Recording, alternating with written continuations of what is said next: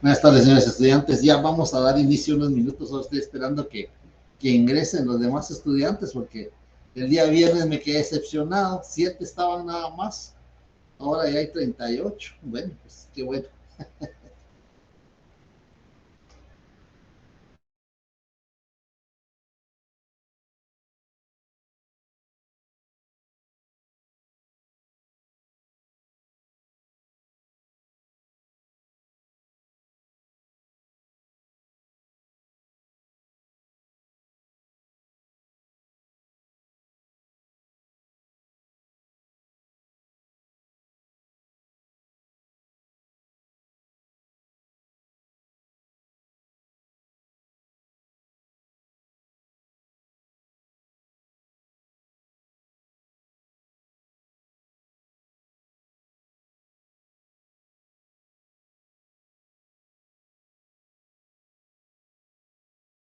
Hola, Lick, buenas tardes. Fíjese que no se le escucha. Buenas tardes. Sí, no he empezado todavía. Muchas gracias. Estoy esperando que aún están ingresando. Prefiero hacer una pausa que ingresen porque si no después se interrumpe un poquito. Ya vamos a iniciar.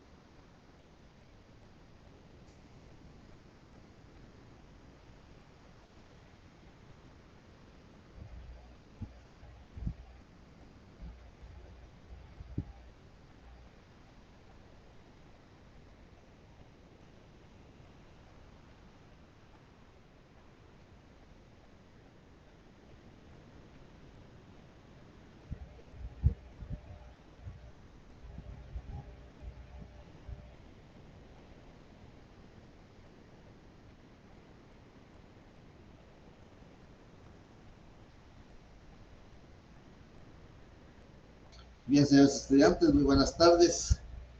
Creo que ya podemos iniciar. Eh, Vamos a iniciar un tema. Vimos el viernes el tema del documento. Eh, el viernes me quedé un poquito, no un poquito, me quedé decepcionado el viernes realmente, que no estuvieron ustedes.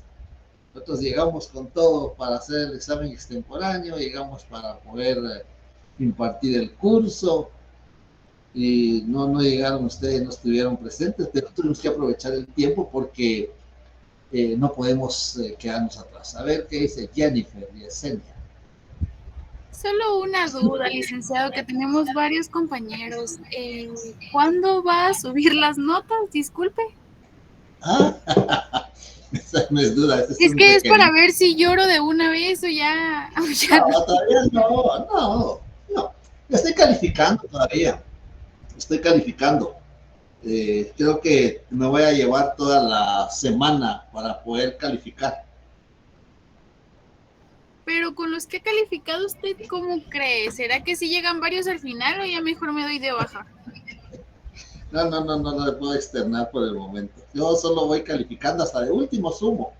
No veo nombres, no veo sumas, hasta de último. Solo me pongo a calificar nada más las variantes.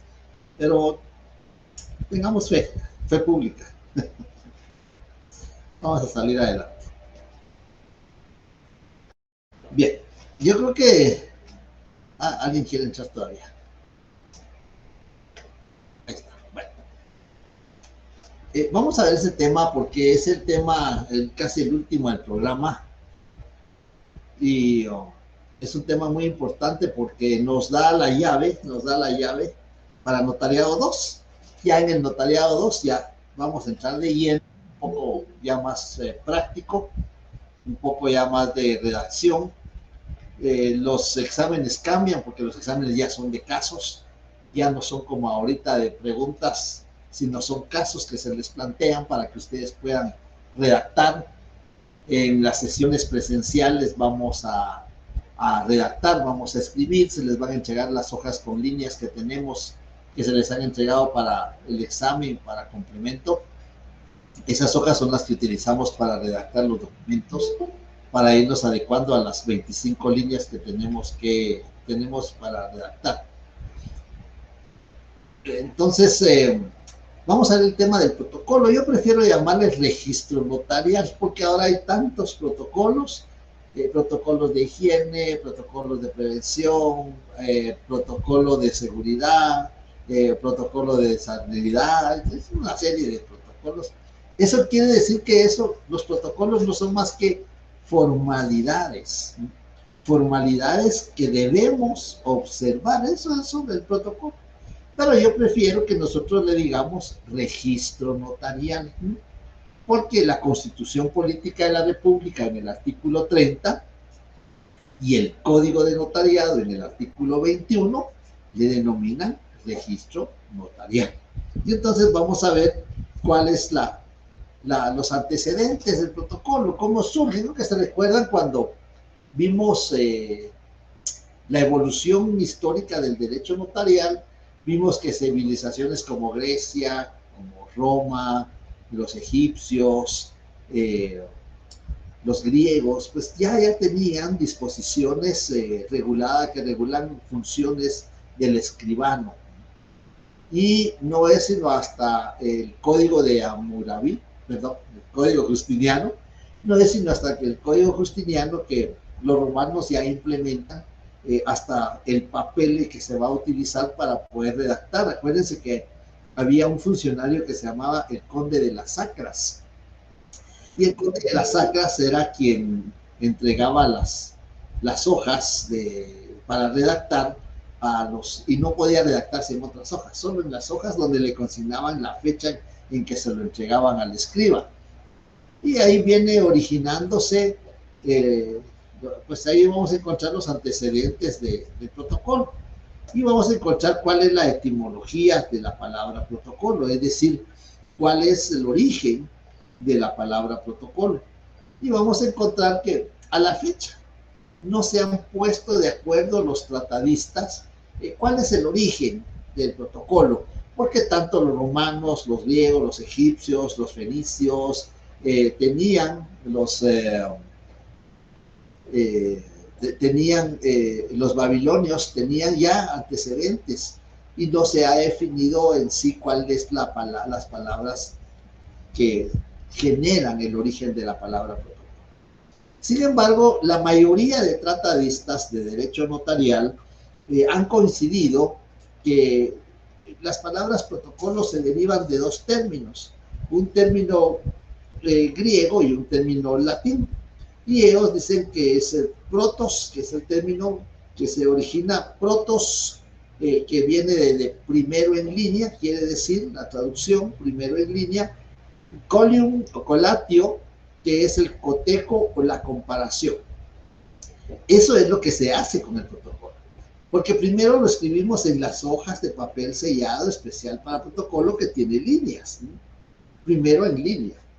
Y después cuando lo trasladamos a una copia, que la legislación le da el nombre de testimonio, y por eso los testimonios también se llaman traslados o testimonios, cuando hacemos el cotejo, la comparación. El testimonio es la copia fiel de la escritura matriz. Entonces, creo que sí se puede interpretar que estos dos términos son los antecedentes de la palabra o la etimología de la palabra protocolo.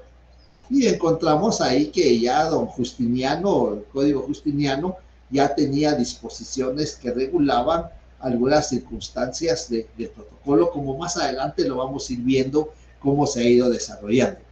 Por eso es que al derecho notarial latino le llaman de evolución desarrollada, porque ha ido teniendo instituciones, ha ido generando legislación que va dándole un desarrollo jurídico y práctico al ejercicio de la función notarial.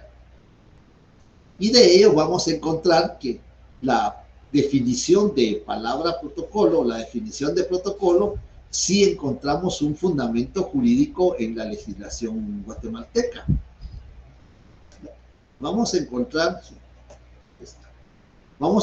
en la legislación la definición de protocolo.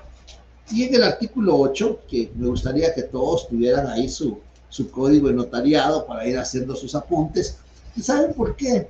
Porque el manejo de la ley nos hace falta manejo de ley, porque me dan bien la respuesta, me escriben la respuesta, pero el fundamento jurídico no es el correcto. Entonces veo que no hay manejo de ley.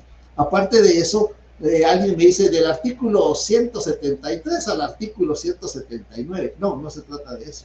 Me tiene que especificar qué artículo es el que funda o el que sustenta la respuesta que está consignando. Por eso en las instrucciones se consigna que no se va a calificar si el artículo no coincide con la respuesta. Por eso tienen sus leyes. Ahí, se les está permitiendo ingresar sus leyes, ¿no? Entonces, no hay justificación porque tienen sus leyes. Entonces, la definición de protocolo lo vamos a encontrar en el artículo 8 del Código de Notariado. Y me gustaría que lo lleváramos la lectura, porque entonces así vamos a ir comprendiendo mejor y vamos a poder tener la concatenación de los artículos, la integración de la norma jurídica, ¿no? En el artículo 8, definición de protocolo. Ahí está. Solo que tenemos que analizarlo. El protocolo es la colección ordenada. Uno, no tiene números, pero me gusta. Yo lo mancho aquí, le pongo 1. Y pues yo les sugeriría a ustedes que lo hicieran también, porque así tenemos bien el concepto. El protocolo es la colección ordenada de 1. Las escrituras matrices. 2. Las actas de protocolación. 3. Razones de legalización de firma. Pero aquí tenemos que agregar 4, que está en el artículo 962 del Código Civil. Entonces tenemos que anotar a un margen del artículo, ver 962 CC, ver 962 del Código Civil, que nos incorpora el 4º instrumento público, que es la transcripción del acta notarial que autoriza el testamento común cerrado. Entonces, vamos a ver que la definición tiene una parte instrumental, como está ahí en la presentación, la parte de instrumentos públicos, por eso se llama así, parte instrumental, porque es la parte de los instrumentos públicos, ¿no? Y la parte de los instrumentos públicos son 4. Esa es la parte instrumental de la definición de protocolo. Pero también tiene una parte documental, ¿no? Es decir, los documentos notariales, la parte documental, no es instrumento público, son documentos. ¿Por qué son documentos? Porque no tienen negocio jurídico, no tienen contrato, ¿no? Lo que contienen son disposiciones reguladas en la ley que el notario debe cumplir. Por eso se llama parte documental, para hacer la diferencia de la parte instrumental. La parte instrumental. Y entonces encontramos que la parte documental ya está aquí regulada, y documentos, ahí empieza la parte documental, y documentos que el notario registra. ¿Por qué registra? Porque el artículo 31 de la Constitución Política de la República determina y demás registros estatales. Y dentro de esos demás registros estatales está el registro notarial, con base al artículo 21 del Código de Notariado. Artículo 21. Salvo el caso de averiguación sumaria por delito, solo el inspector de protocolos está facultado para revisar totalmente el registro notarial, el protocolo. Entonces es el fundamento jurídico, es un registro estatal a cargo del notario. Pero cuando leemos el artículo 21 y uno se pregunta, ¿y quién es el inspector de protocolos? ¿Quién es el inspector? Porque salvo el caso de averiguación sumaria por delito, solo el inspector de protocolos. ¿Quién es ese señor o esa señora? ¿Quién es? Bueno, pues veamos quién es el inspector de protocolos. Lo vamos a ver más adelante, pero para anticipar, el inspector de protocolos es el director del Archivo General de Protocolos. Uno, el director del Archivo General de Protocolos en la capital. Así, en la capital. Dos, el juez de primera instancia en los departamentos. Tres, los notarios nombrados por el presidente del organismo judicial. Tres funcionarios que tienen la categoría de inspector de protocolos. Y eso lo vamos a encontrar en el artículo 98 del Código de Notariado. No, perdón, 95. En el artículo 95 del Código de Notariado,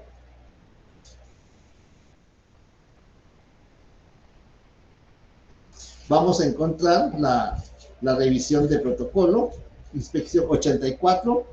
En la capital, aquí está el fundamento jurídico, en la capital, el director del Archivo General de Protocolos. En los departamentos, los jueces de primera instancia. Y además, aquí mismo se regula, sin perjuicio de lo anterior, el presidente del organismo judicial podrá nombrar anualmente el número de notarios colegiados activos que sean necesarios para practicar la inspección y revisión de protocolo y que tienen competencia en todo el territorio nacional. Vean la competencia. En la capital, el director del Archivo General de Protocolos. En los departamentos, los jueces de primera instancia. Y en toda la República, los notarios nombrados por el presidente del organismo judicial. ¿Vemos? Ahí está el inspector. Entonces, en el artículo 21, ve el artículo 84 de este código, de esta ley, o solo ve el artículo 84 suficiente, y entonces ustedes van a tener su fundamento jurídico para poder responder en el caso que se les plantee la pregunta de esa manera, ¿no? O en el caso que se les plantee el caso de una inspección o de una revisión de protocolos. Entonces vemos que el protocolo tiene dos partes. La parte instrumental, que son 4 instrumentos públicos. ¿Cuáles son los fundamentos jurídicos? De la parte instrumental, artículo 8 y artículo 9. Cualquiera de los dos o los dos está bien. Pero hay que sumarle a los dos, hay que sumarle el 962 del Código Civil. Entonces ya tenemos la parte instrumental. Si se nos preguntara cuál es la parte instrumental del protocolo o cite con su fundamento jurídico cuál es la parte instrumental del protocolo, ya sabemos que son 4 instrumentos públicos, 3 están en los artículos 8 y 9 y uno que está en el artículo 962 del Código Civil. La otra parte, ahora viene la parte documental, porque el mismo artículo 8 regula del Código de Notariado y documentos que el notario registra de conformidad con esta ley. Y entonces vamos a encontrar que hay documentos. Aparte que el protocolo contiene instrumentos públicos, 4, también hay documentos que el notario tiene que incorporar o que tiene que registrar, como lo regula el artículo, tiene que registrar, es decir, incluirlos en el registro notarial, que son la razón de cierre. La razón de cierre está regulada en el artículo 12 del Código de Notariado. En el artículo 12 se regula lo siguiente. El protocolo se abre con el primer instrumento que el notario autorice, el que principiará en la primera línea del pliego inicial. Esa es cómo se abre el protocolo. Se abre con el primer instrumento que el notario autoriza, el que inicia en la primera línea de la pliego inicial. Ahora decimos de la hoja inicial. Antes era pliego. Ahora ya no son pliegos, ahora son hojas. Y ya les voy a explicar por qué, la diferencia. Pero aquí viene la razón de cierre. Se cerrará cada año el 31 de diciembre o antes, si el notario dejare de calcular. Entonces, ¿cuándo se cierra el protocolo? El protocolo se cierra el 31 de diciembre o antes, si el notario dejare de calcular. ¿Podemos cerrar el protocolo hoy? Sí, podemos cerrarlo hoy. Podemos cerrar hoy el protocolo. Hoy es 5 de mayo. Y vamos a cerrar el protocolo hoy. Vamos a cumplir con el contenido que regula el artículo 12 en el segundo párrafo. Y vamos a sentar una razón. Una razón por qué estamos cerrando el 5 de mayo. Razón. El infrascrito notario hace constar que cierra en esta fecha por asumir cargo que lleva aneja jurisdicción. Por asumir cargo donde se va a recibir sueldo del Estado. Son causas. Entonces ahí tenemos que redactar la razón de por qué estamos cerrando con fecha anterior. Entonces encontramos ahí en el artículo 12, la razón de cierre contendrá la fecha, el número de documentos públicos autorizados, razones de legalización de firma y actas de protocolación. Y si hay transcripción que autorice el acta notarial del testamento cerrado, pues habría que consignarlo también.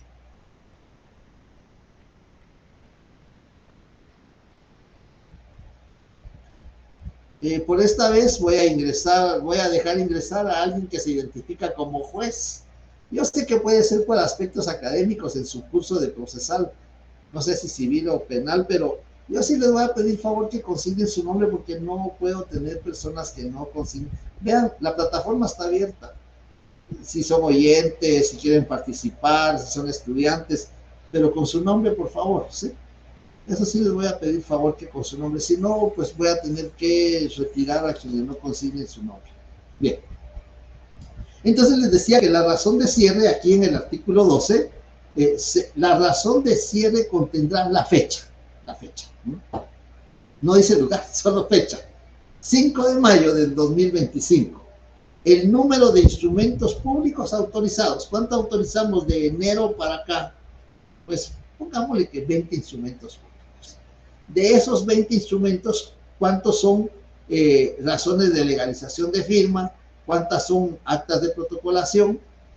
Y por último, ¿de cuántos folios se compone el protocolo?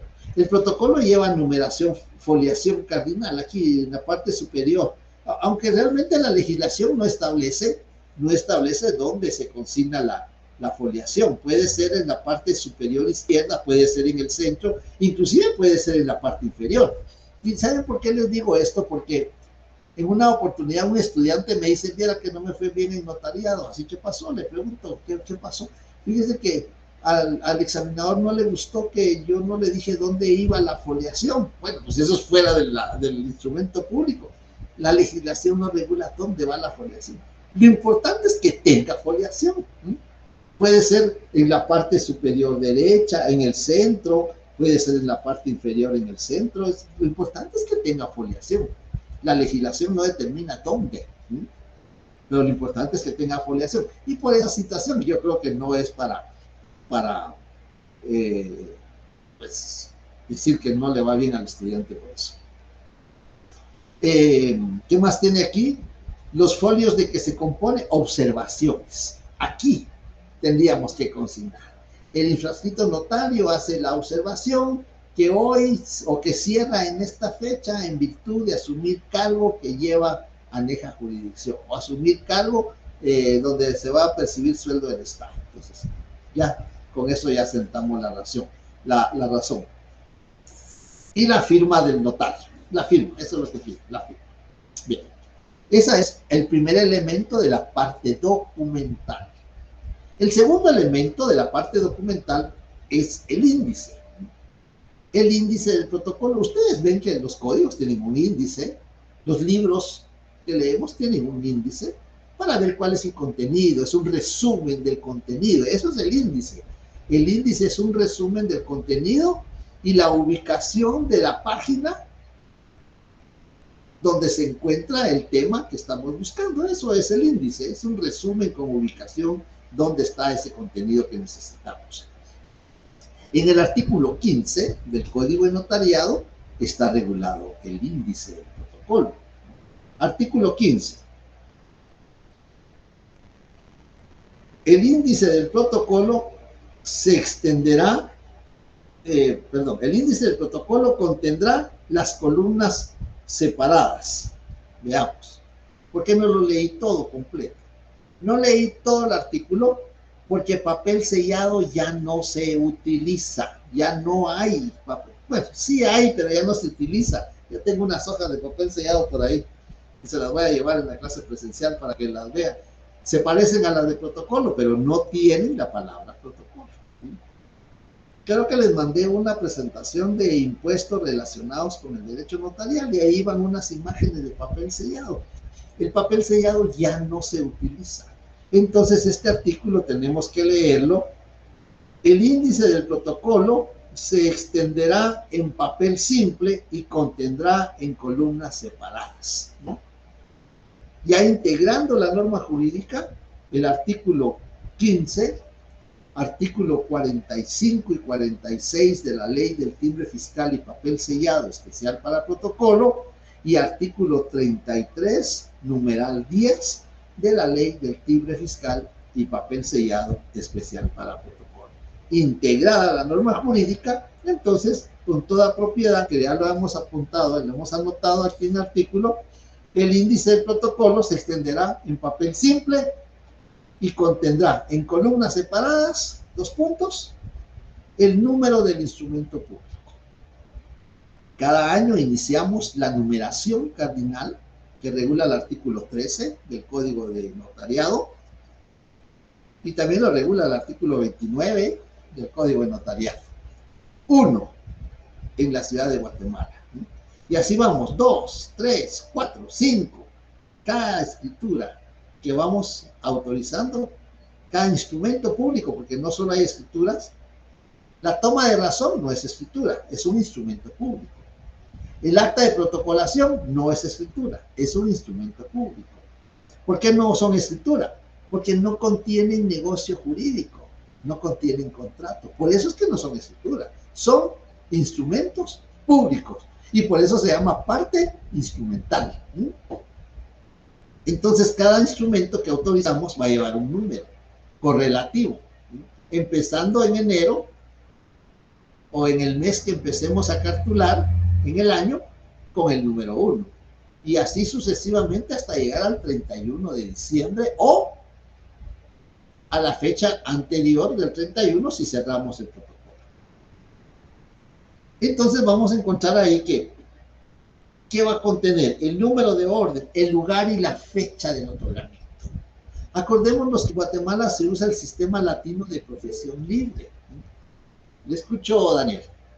Gracias, licenciado. En caso de que nosotros omitiéramos o tuviéramos un error en la hoja de protocolos, en la numeración se queda, o sea, igual sigue, porque nos van a vender la 55, ¿verdad?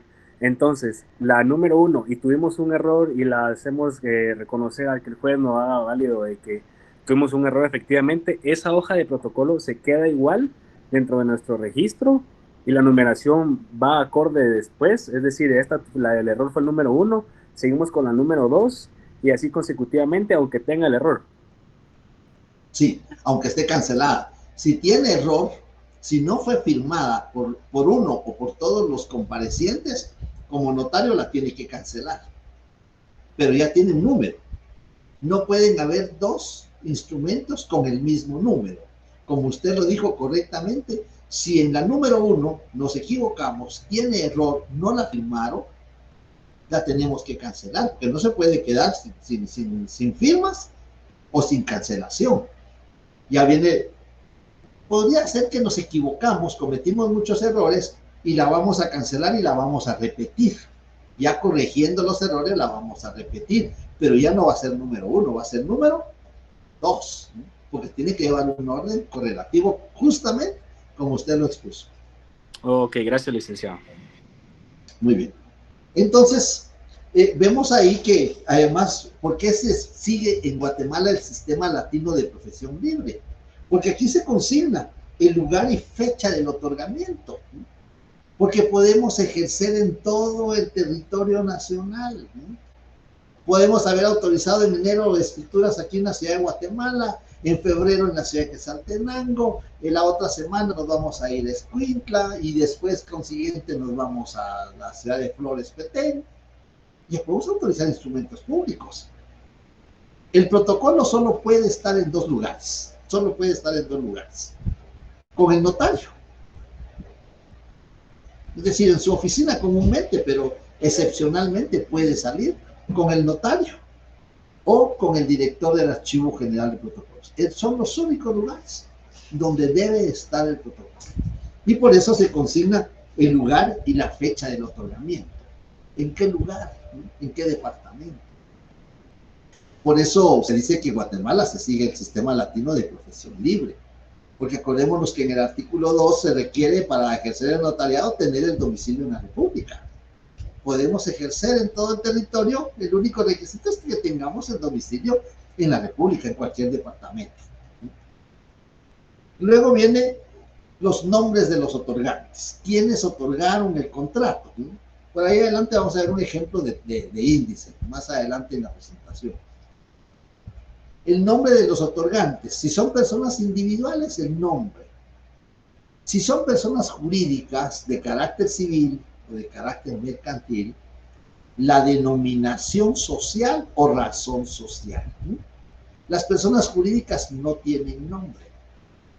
Las personas jurídicas tienen razón social o denominación social. Y entonces cuando una persona jurídica va a otorgar un negocio jurídico, un contrato, vamos a consignar la razón social o la denominación social. Contrato de compraventa de bien inmueble. Número 1. Lugar y fecha. Ciudad de Guatemala, 5 de mayo de 2025. Nombre de los otorgantes.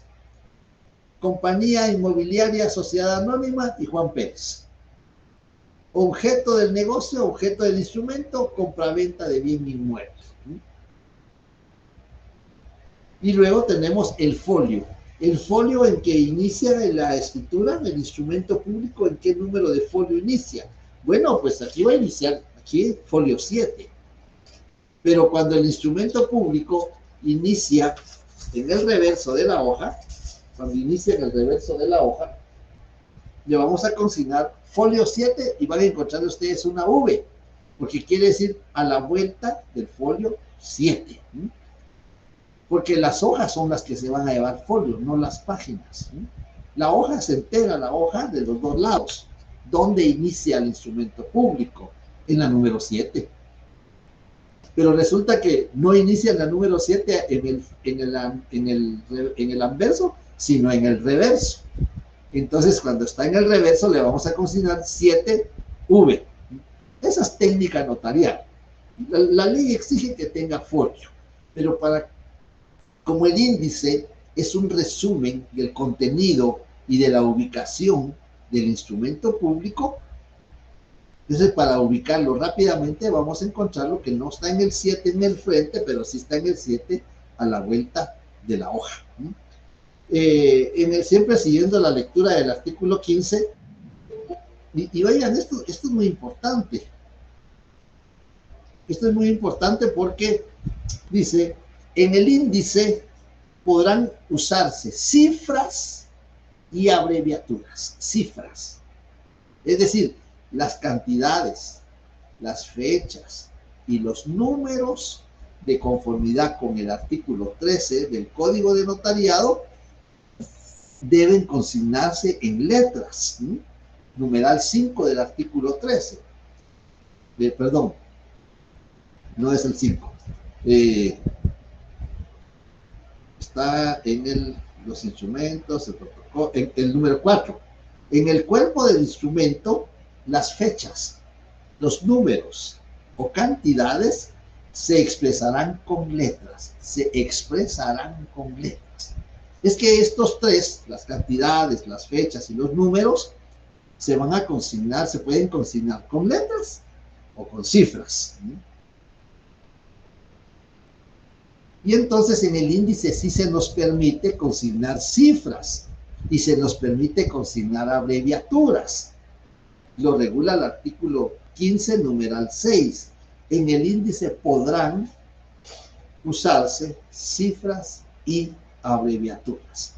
En el artículo 16, el índice irá fechado y firmado por el notario, y antes de suscribirlo podrá hacer las observaciones pertinentes. Ahí va a hacer las observaciones que estime pertinentes en el desarrollo del índice que ha incorporado en el registro notarial.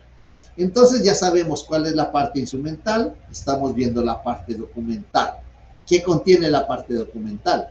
La razón de cierre. Fundamento jurídico, segundo párrafo del artículo 12 del Código de Notariado. El otro elemento de la parte documental, el índice.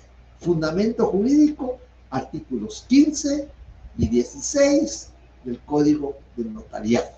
Pero tenemos que tomar en cuenta algo muy importante, porque en el artículo 15, si bien es cierto, yo les dije que omitiéramos el término papel sellado, pues sí hay un impuesto que pagar, hay un impuesto que cubrir en el índice, y lo vamos a encontrar en el artículo 5, numeral 6, de la Ley del Timbre Fiscal y Papel Sellado Especial para Protocolo. A cada hoja que integra, que compone el índice, tenemos que adherirle timbre fiscal por 50 centavos. ¿Sí? Entonces ahí están los artículos que regulan el índice. Artículo 15, 16. Pero también el artículo 5 de la Ley del Timbre Fiscal y Papel Sellado Especial para Protocolo, donde se determina que hay que adherirle timbre fiscal por 50 centavos. Entonces ya tenemos la parte documental, está integrada por la razón de cierre, el índice. Y por último, los atestados. Este término venía en aquel glosario que les enviamos, que les recomiendo que lo repasen, si no lo llenaron en su oportunidad, háganlo, porque acordémonos que en el examen final viene todo el contenido del programa y necesitamos que ustedes tengan el conocimiento de esa terminología que está en el aunque ahí faltan algunos términos, pero estimamos que son los más elementales que podemos utilizar, porque nos van a servir en el desarrollo del programa Notariado 2, Notariado 3 y Notariado 4. Entonces, es aconsejable que si no lo hicieron en su oportunidad, pues todavía es tiempo que lo hagamos. Todavía es tiempo de enderezar la barca. Y, por último, los atestados. ¿Qué son los atestados? Nos confunde con los testados, con los testamentos o las testamentarías. Son términos que tienen mucha similitud. Los testados es una forma como enmendar los errores. Si me equivoqué en una letra, si me equivoqué en una palabra, pues voy a testarlo. Voy a trazarle una línea delgada a la letra, a la palabra o a la frase que me equivoqué, que quiero quitar. Le trazamos una línea delgada. Eso se llama testado. Y tiene fundamento jurídico. Tiene fundamento jurídico. ¿Cuál es el fundamento jurídico? Nos vamos a la ley del organismo judicial, por favor. Y nos vamos al artículo 159 de la ley del organismo judicial, donde vamos a encontrar el fundamento jurídico. Redacción, artículo 159 de la ley del organismo judicial. En toda clase de actuaciones judiciales, esto es más para el abogado y los jueces, ¿no? En toda clase de actuaciones judiciales se prohíbe hacer uso de abreviaturas y cifras, salvo la cita de leyes. No se harán raspaduras sobre palabras o frases equivocadas. Oigan, no se harán raspaduras sobre palabras o frases equivocadas. Se pondrá una línea delgada que permita su lectura. Esa línea delgada se llama testado. Testado. Quiere decir que lo queremos quitar. Me equivoqué. En lugar de consignar 60 años, le puse 40 años. Entonces voy a testar 60, le trazo una línea delgada porque lo quiero quitar. Y arriba voy a consignar la edad correcta, o el nombre correcto, o la frase correcta. Podemos testar una frase, 2 líneas, una línea, pero tenemos que salvarlo al final. Y cuando estemos en la clase presencial vamos a tratar de ejemplificarlo en la pizarra para que veamos cómo se va a poder efectuar el salvado. Entonces vemos que este artículo 159 de la ley del organismo judicial tiene mucha similitud con el artículo 14 del Código de Notariado. Porque el artículo 14 regula, serán nulas las adiciones entre reglonaduras y testados si no se salvan al final del documento y antes de las firmas. Las enmendaduras de palabras son prohibidas. Entonces, no podemos usar corrector, no podemos borrar, no podemos tachar. Por eso, en las instrucciones del examen se les manda las respuestas tachadas, parcial o totalmente, no serán calificadas porque no podemos tachar. El problema de esto es que si tachamos, si borramos, si echamos corrector, estamos alterando el documento. Inocentemente estamos alterando el documento, pero eso implica un delito que se llama falsedad material. Estamos alterando el documento materialmente y eso consecuentemente trae responsabilidades penales porque es una alteración del documento, se llama falsedad material. Entonces vemos que los atestados son diferentes a los testados. Los atestados son aquellos documentos que se incorporan al final del protocolo. Cuando terminamos las hojas de protocolo, porque cerramos el año, no porque se nos terminaron o se nos agotaron las hojas, no, porque nos pueden quedar hojas para el próximo año, pero ya terminamos el 31 de diciembre, ya no vamos a usar más hojas de protocolo. Luego viene la razón de cierre, luego viene el índice y luego vienen los atestados. La parte documental del protocolo está integrada por razón de cierre, índice y atestados. ¿Qué son los atestados? Los atestados son aquellos documentos que tienen íntima relación con los instrumentos públicos que hemos autorizado en el protocolo. Tienen íntima relación con los instrumentos públicos que hemos autorizado en el protocolo y que nos sirven para acreditar, para comprobar, para demostrar que hemos cumplido con nuestras obligaciones previas simultáneas y posteriores. ¿Sí? Para eso sirven los atestados. Y encontramos en el artículo 17 del Código de Notariado, artículo 17, el notario agregará al final del tomo respectivo del protocolo los atestados referentes a los instrumentos que autorice, si no hubieran sido transcritos, y la constancia del pago a que se refiere el artículo 11 de esta ley, ¿Cuál es esa constancia? Pues es la constancia de pago de apertura de protocolo que está en el artículo 11, 50 quetzales. Estoy mencionando el artículo 17 del Código de Notariado, artículo 17 del Código de Notariado. Veamos de otra forma, expliquemos de otra manera qué son los atestados. Los atestados son los documentos con los que vamos a comprobar que cumplimos con nuestra obligación. Por ejemplo, en un contrato de compraventa de bien inmueble, en un contrato de compraventa de bien inmueble, ¿cuáles van a ser nuestros atestados? Pongan atención porque puede ser que nos venga un caso donde se plantee un contrato, arrendamiento, mandato, compraventa de inmueble, renta vitalicia.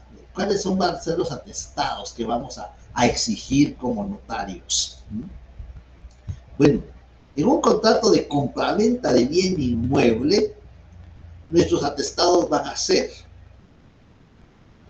las copias de los documentos con que se identifican los comparecientes. La ley no exige esto, la ley no lo exige, pero el notario tiene la capacidad discrecional, tiene la facultad discrecional de agregar a los atestados todos los documentos que estime pertinentes. Cuando llega el vendedor, llega el comprador, ¿qué es lo que pedimos como obligación previa? Que se identifiquen. Pues le pedimos que nos permita el documento, lo ponemos en la fotocopiadora, lo reproducimos por fotocopia, les entregamos los documentos originales y ya tenemos una reproducción de los documentos con que se identifica. Esas copias, ahorita le doy la palabra a Daniel, esas copias las vamos a agregar a los atestados. ¿Sí, Daniel?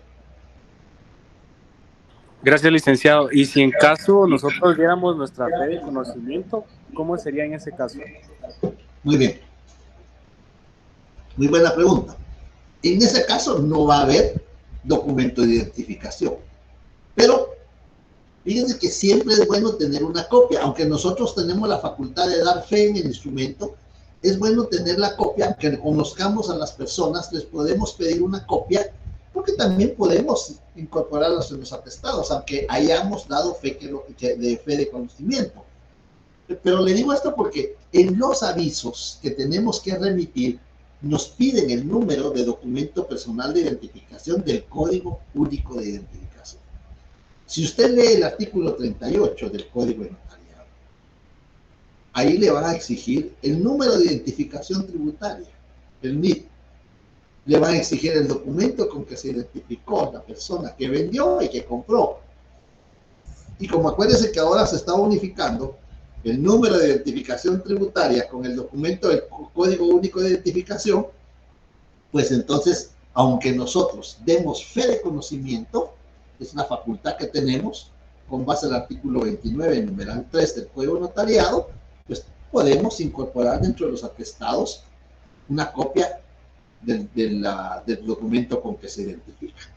Nos va a servir, porque en los avisos hay que consignar esos datos.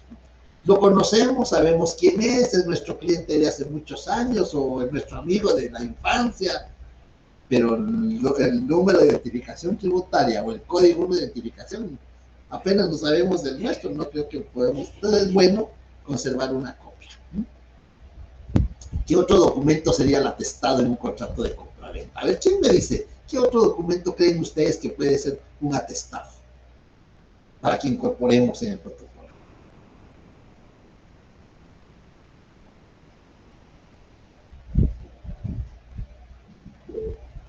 ¿Puede ser una copia fehaciente de la escritura matriz, licenciado? Pregunto.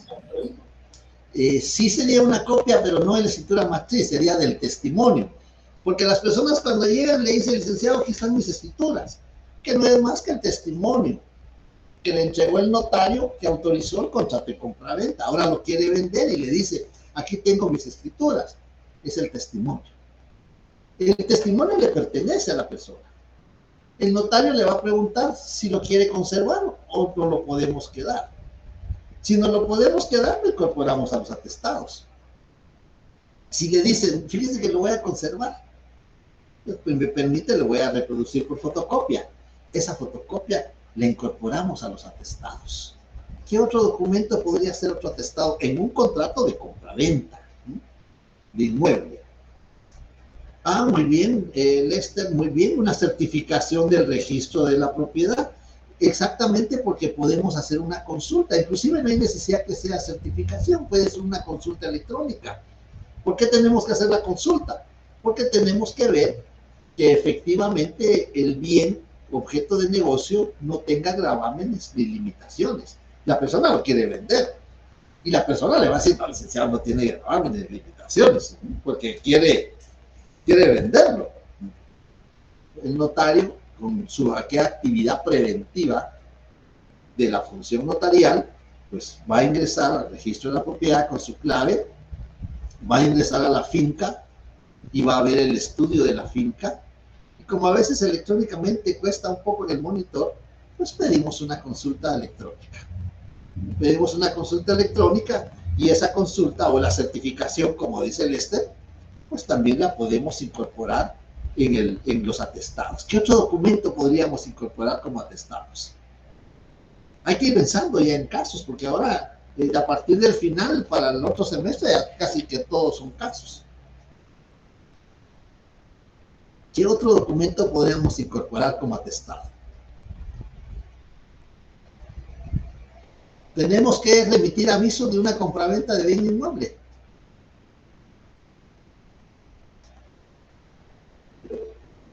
Sí, Irina, le escucho. Buenas tardes, licenciado.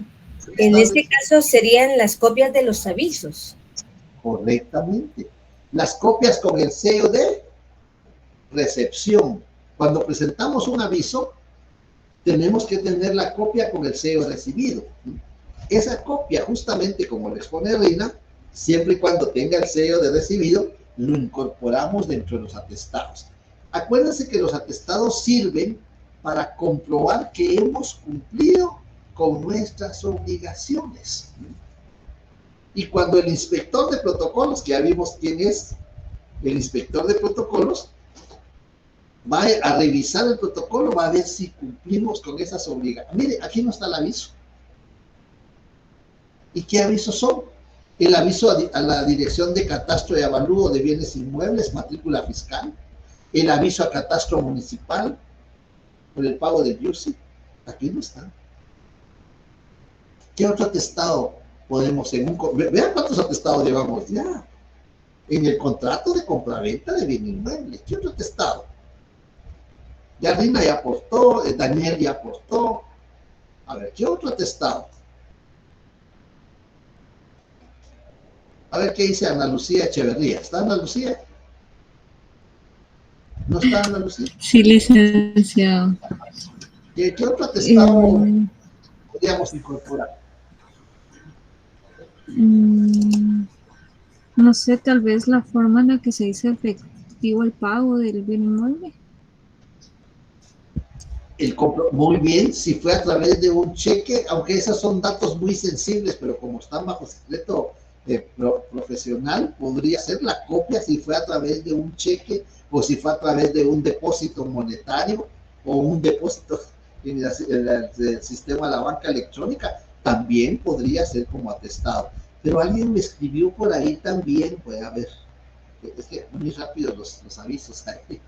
Vamos a ver, Nancy ya participó y mencionó, preguntó, Lester también, Margaret, comprobante de testimonios especiales. Muy bien, sí, tiene razón.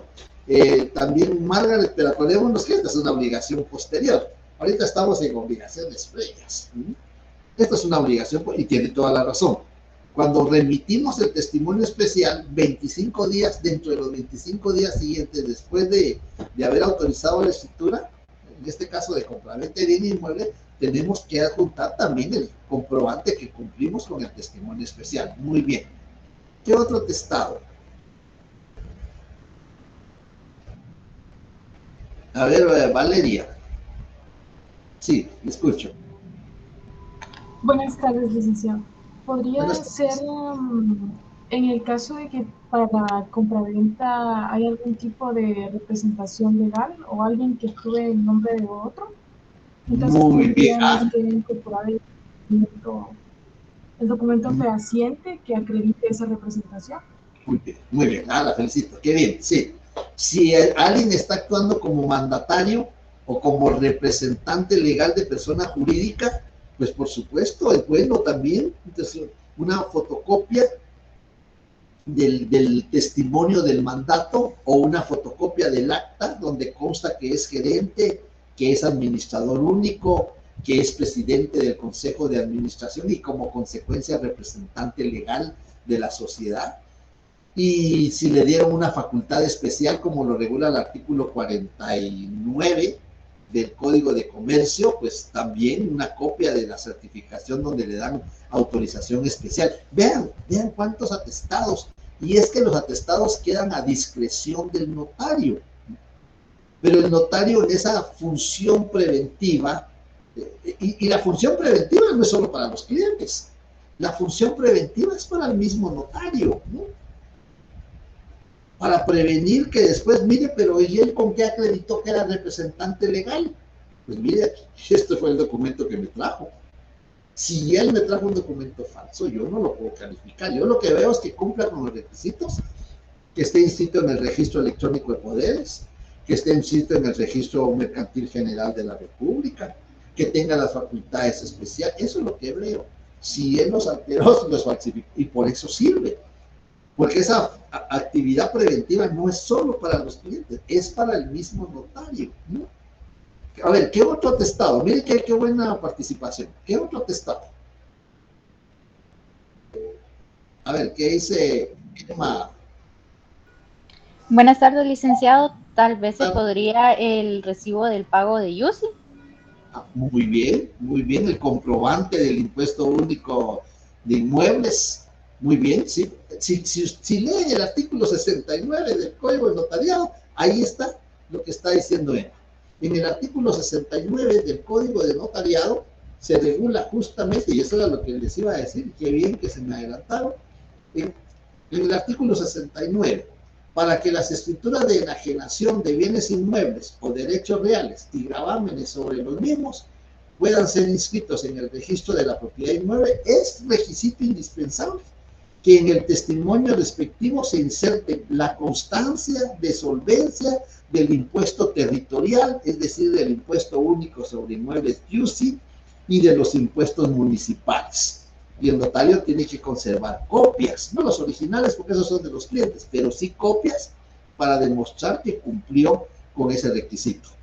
Muy bien, gracias, Emma. Sí, Daniel. Licenciado, como otro atestado puede ser el pago de los impuestos, pero yo tengo duda porque en el momento que usted hace la escritura, usted al momento de que se les, o lo que he visto en los testimonios que se han entregado, en una parte viene como varios sellos pegados. Entonces yo me pregunto, ¿con eso se está esclareciendo que ahí van pagados los impuestos o se puede agregar otro de algún tipo? Bueno, muy buena pregunta. Mire, las especies o las estampillas fiscales, los timbres fiscales que se adhieren al testimonio, al notario le queda un comprobante, porque el notario tiene que llenar un formulario en la página de la Superintendencia de Administración Tributaria, llena un formulario donde va a consignar el número de escritura, el monto del negocio jurídico, el monto de impuestos. Y entonces va a haber un formulario que queda en poder del notario, porque las estampillas fiscales se agregan al testimonio. Y ese comprobante el notario lo va a agregar a los atestados. ¿Y sabe para qué puede servir? Cuando se extravía el testimonio donde iban los timbres adheridos y la persona necesita un testimonio más, el notario puede extender otro testimonio, pero no va a pagar impuesto, porque si no sería doble tributación, lo que no está permitido por la Constitución Política de la República. Y entonces el notario va a extender un testimonio más, pero va a sentar una razón, donde va a hacer constar el número de formulario, la fecha y la cantidad de impuestos que se pagó. Y como tiene el comprobante dentro de los atestados, puede reproducirlo por fotocopia e inclusive lo puede incorporar al testimonio que va a extender. Muy buena participación. También eso, tanto del impuesto al valor agregado como de los timbres fiscales, al notario le queda un comprobante. Porque el notario, acordémonos cuando vimos el valor económico de la función notarial, ¿qué genera? Genera impuestos. Y el notario es un recaudador de impuestos, recibe el dinero y lo traslada al fisco. Pero cuando lo traslada al fisco le da un comprobante al notario. Ese comprobante, justamente lo que usted expone, es lo que se puede agregar a los atestados. Bien, entonces vemos que esos son los atestados. Yo trato de explicar esto porque cuando preguntamos en el examen técnico profesional, cuando hacemos esta pregunta que nos expliquen qué son los atestados, se confunden con los testados. Hay confusión porque los términos se parecen, pero yo creo que aquí queda claro con la exposición. Y ustedes pónganse a pensar en cada contrato, por ejemplo, en un contrato de mandato, ¿cuáles serán mis atestados de obligaciones previas? ¿Cuáles son mis atestados de obligaciones posteriores? ¿Sí? Eso es lo que hay que hacer, porque necesitamos estudiar. Estudiar no es solo ir a la facultad, estudiar no es solo estar en las sesiones virtuales o presenciales. Estudiar es dedicarle un tiempo adicional a lo que hemos aprendido durante el transcurso de la semana en los cursos que estamos recibiendo. Eso es estudiar. Porque si no, no fuéramos estudiantes, solo fuéramos presenciales nada más o personas asistentes. Pero estudiar quiere decir que tenemos que buscar, tenemos que profundizar y plantear nuestras dudas, nuestras preguntas, nuestros aportes. Eso es el complemento del estudiante, ¿no? Y me extrañó que el día viernes no estaba, me defraudaron el día viernes. Bueno, entonces vemos ahí la parte, ven que explicar la parte documental del protocolo, yo no les vengo a decir parte del protocolo, razón de cierre, índice, atestados, ahí está, ya cumplí. No, aquí hay que profundizar, hay que explicar para que el tema quede bien comprendido y nosotros podamos, en el momento que nos lo pidan, podamos explicar. ¿Y dónde nos lo van a pedir? Porque los clientes nos lo van a pedir. Los clientes lo que quieren estos documentos. Nos lo van a pedir en el examen técnico profesional. Ahí nos lo van a pedir. Bien. Entonces ya tenemos ahí el contenido de las partes del protocolo. Son 2 partes. Vamos a ver, todavía tenemos unos minutos. Aquí nos quedamos en la otra sección. Los antecedentes del protocolo. Creo que esto debió haber sido antes, cuando estábamos hablando sobre la etimología. Los antecedentes del protocolo. Hay muchos antecedentes. Ya vimos que ya el conde de las Sacras, en la civilización romana, ya había un antecedente del protocolo. Pero jurídicamente, ya en una forma más técnica, tenemos 2 antecedentes en España, el Fuero Real y la Pragmática de Alcalá. El Fuero Real es un compendio de normas jurídicas que ya regulaban las obligaciones del notario, ya regulaban cómo redactar los instrumentos públicos, ya redactaban aranceles. Y vamos a ver más adelante por qué hubo necesidad de las 25 líneas. Porque antes el escriba redactaba, no tenía límite en las hojas y redactaba de la forma que estimara pertinente. Y además de eso, redactaba de una forma que era ilegible, que solo él podía interpretar, porque él cobraba por asesorar, cobraba por redactar y cobraba por leer lo que había redactado. Entonces, por eso hubo necesidad de un arancel. Y entonces, eso está regulado en el fuero real y en la pragmática de Alcalá. Ya en la pragmática de Alcalá ya se emiten otras disposiciones que son ya de más trascendencia. Vamos a ver si tenemos por acá. No. Es en otra presentación que la voy a buscar. ¿Por qué era indispensable regular lo de la redacción de las 25 líneas y el arancel?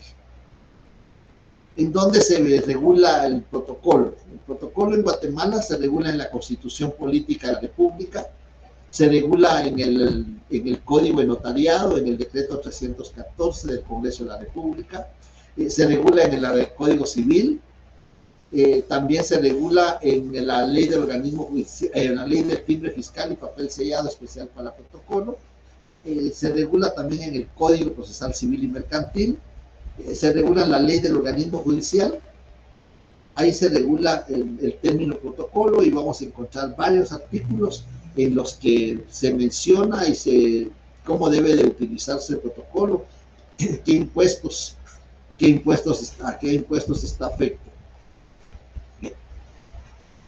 No sé si hay alguna duda, algún comentario, alguna pregunta, alguna observación. Aquí nos quedamos en la otra sección. Tratamos de ir de tal manera equivalente para cuando lleguemos a la fecha de nuestro examen, ya las dos secciones están preparadas en igualdad de temas. No sé si hay dudas, comentarios, observaciones. Vamos a ver. Yohaira está levantando la mano y Rina. Por el orden. No, licenciado, fue anteriormente que tenía levantada la mano, perdón. No se cansó de tener la mano levantada. Bueno, muy bien. A ver, salimos. Sí, gracias, licenciado. Una consulta respecto a los atestados, podría ser, por ejemplo, como usted nos daba el ejemplo de un bien inmueble, compraventa de bien inmueble, sería la certificación cuando una finca ha sido propiedad de varios. Esos podrían ser atestados también, las certificaciones de la finca rústica. Cuando hay copropiedad. Sí, por ejemplo, han habido muchos propietarios. Como sí. Ha sido traspaso, supónganse una familia de 5 integrantes y el último decide venderlo, esas certificaciones podría ser como atestado. Sí, claro, por supuesto. Alguien mencionó la certificación. Ajá, y yo también le dije que puede ser una consulta electrónica. Ajá, muy bien. Otro atestado, ahorita que usted menciona un grupo de personas, sí, parece que, ¿perdón? Sí, no, le escucho. Sí, como usted mencionó un grupo de personas, se me trae a la mente otro ejemplo de atestado. En ese caso, acordémonos que cuando hay condóminos o copropietarios o propiedad por divisa, los copropietarios tienen derecho de tanteo. Y para acreditar que no ejercieron su derecho de tanteo, tienen que notificárseles para que se pronuncien si van a ejercer o no su derecho de tanteo. La notificación, una copia de la notificación para que se pronuncien sobre el derecho de tanteo también puede ser un atestado para incorporarlo al final del toma del protocolo. Ya que usted mencionó el grupo. Sí, licenciado. Muchas gracias, licenciado, muy amable. De acuerdo, Rina. Bien, si no hay más dudas, comentarios, observaciones, preguntas. Bien. Entonces nos vemos el día viernes, siempre virtual, y esperemos que la otra semana podamos estar presencial. Pero ahí llegan, por favor. Feliz tarde. Feliz tarde, licenciado.